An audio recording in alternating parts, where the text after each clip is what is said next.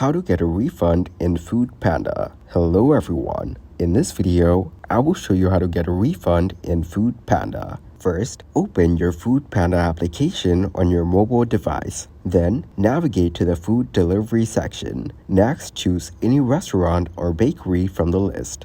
Select a food item from the menu. After that, tap on Add to Cart. Then, click on View Your Cart.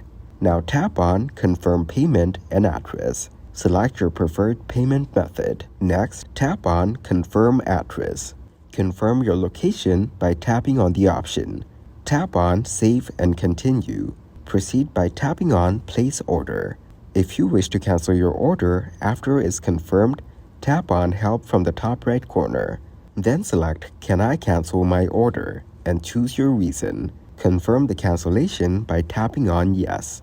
You will see a confirmation message indicating that your order has been successfully canceled. To inquire about a refund, tap on Help again. Search for Refund and select I haven't received my refund. Note that refund processing time varies depending on your payment method, bank, and other factors. Review your payment account and bank statement to confirm if the refund has been processed.